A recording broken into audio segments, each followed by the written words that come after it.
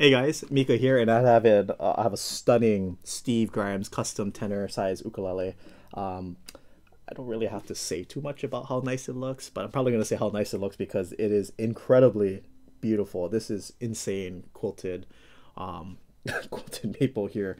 Not only on the front and the sides, but check out that back. That's mind blowing. I played lot of beautiful ukes here at Ukulele Friend. This is definitely up there with in terms of just like just super crazy stuff. I mean, gosh, that back and then the sides and then the front. Oh my gosh. So I don't know, you can call it whatever you want, 12A curly maple or quilted maple, whatever, however and high the number you want to go. It is as good as it can get here on this instrument. A little bit about Steve Grimes. He is a Maui-based luthier. He's been building, I think now we're going on year 54, which is almost double my age. He's been building ukuleles and guitars for quite a long time, probably one of the longest in the game, in the ukulele game, and he's been building wonderful instruments and guitars.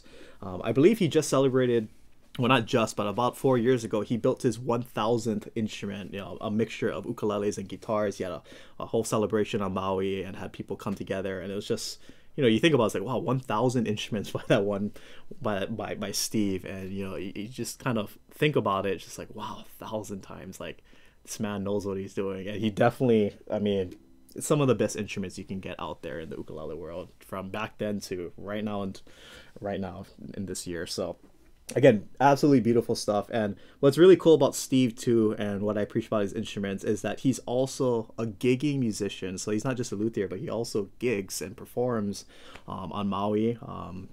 So not only does he have, of course, the perspective from the luthier side and knowing all the physics and all the craziness that goes on into trying to build an instrument, but he also has his own perspective on, well, if I build an instrument and I'm a musician, what would I want to look for, you know, in an instrument? So I think one of the things that comes very clear in his instruments is that his instruments are set up really low.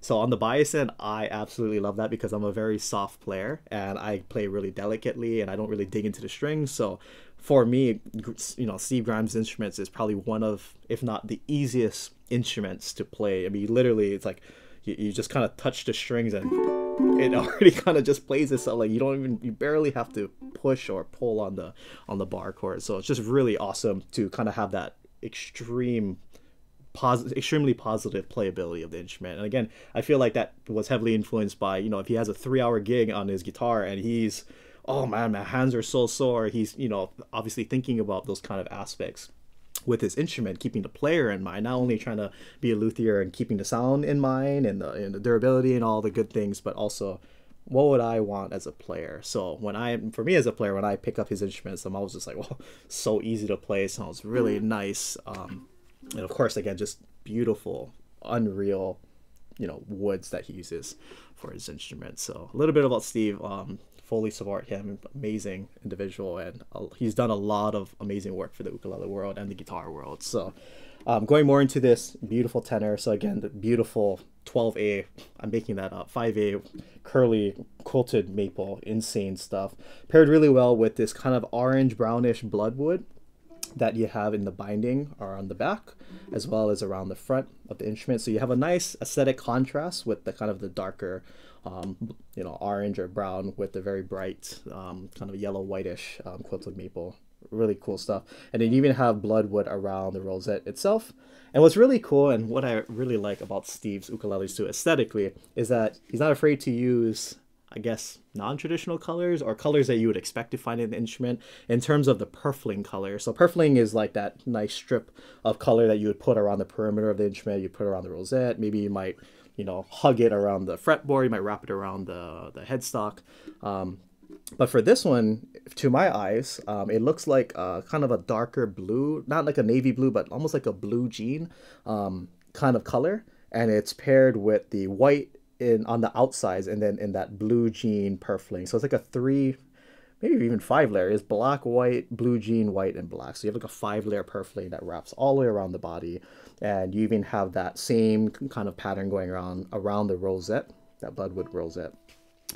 So just really cool. He also puts purple or lavender on his for a purfling color on his instrument. So just really cool stuff beyond the traditional red, green, or kind of like that aqua bright blue that you can put on your instruments. We have a rosewood bridge as well as a ebony fretboard and that ebony on the headstock. I love that you can see some of the other brown colors in the streaks in that not the rosewood but the ebony here on the headstock, and then the two leaves, the Grimes signature two leaves here on the headstock. Very nice stuff. And then of course I love the black and gold gold tuners here on the back. Just very reliable, very accurate, very easy to use, very smooth. Some of the best tuners that you can put on your instrument. You have a gloss neck, finished neck with a mahogany neck for the wood. And then also you have the bloodwood, again, not only on the rosette, on the binding on the top and the back, but you also have it wrapped around on the fretboard, on the sides of the fretboard, on both sides. You can even find it clearly on the wrapping around the perimeter of the fretboard right here. And then you even have the bloodwood that wraps around the perimeter of the headstock all the way around here on the side. Something unique about Divine's ukes is that on his fretboard, he likes to put fret markers only on the 5th fret and the 12th fret, and usually you'll have something like this where you have like that Paolo Abalone shell on that 12th fret, and then he wraps it around like mother of pearl. So you have that little small design. But of course, you do have fret markers here on the side of the neck, so you can see exactly what you're doing on this instrument. So again, absolutely beautiful. Also in terms of just like simplicity, I'm not trying to say that this quilted maple is simple in any regard, but there's no crazy inlay going on the fretboard. The headstock's just kind of nice and simple, clean. This instrument altogether is just very clean, very just straightforward. You just have absolutely stunning wood to really just make this ukulele pop visually. And if you play this, you take this out of your case and someone looks at that, it's just like, what? That's an ukulele. They're gonna use wood like that on an ukulele, not a guitar. But yeah, it's that's the kind of stuff that Steve will put on his instruments. Just really phenomenal stuff. So going into the sound of this instrument, I love how balanced it is. So usually for my ears, my biased ears, I usually think that Steve builds his instruments, or how I kind of perceive them, on the warmer side. So with this maple kind of setup, so maple tonally is very bright. It has a lot of highs. So to me, like when you pair this beautiful maple with the tendency of Grimes instrument sounding more on the warm side of the sound spectrum, you come out with this extremely well balanced, phenomenal instrument. So you definitely have the warmth and the meatiness with the low G, and how Grimes constructs his instruments. But with the maple, and then you have fluorocarbon strings, it just sounds so nice. Very clear, but it's not overly bright. It's not too bright where it's like, it doesn't really sit well in my ears, or it just slices through the air. Like, it's still really sweet. It has really nice, delicate mid-range, very sweet.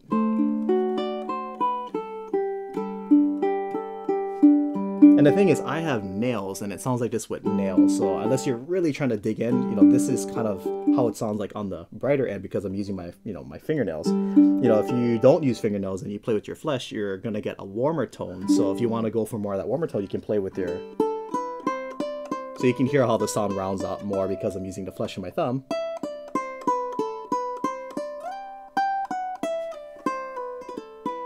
Versus if I use my thumbnail, you can definitely hear that more clarity.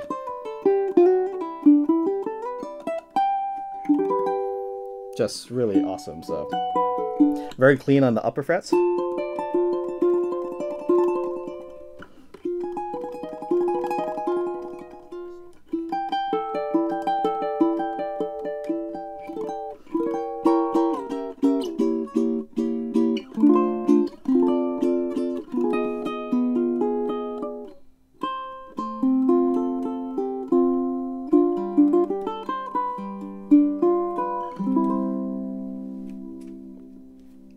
Beautiful stuff.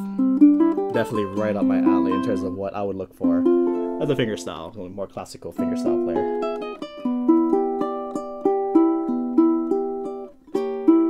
It's a really lovely song.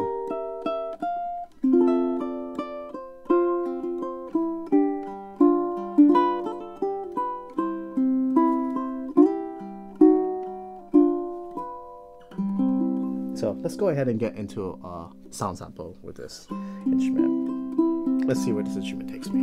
Here we go.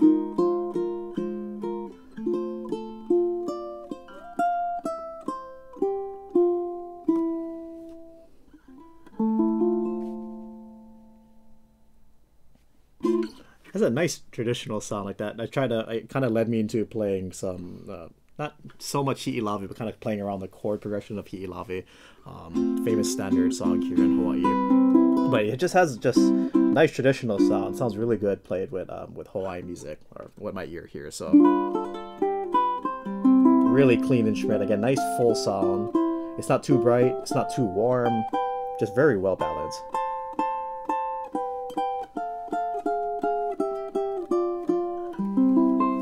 Lovely. So here's what this instrument will sound like. A little bit strumming.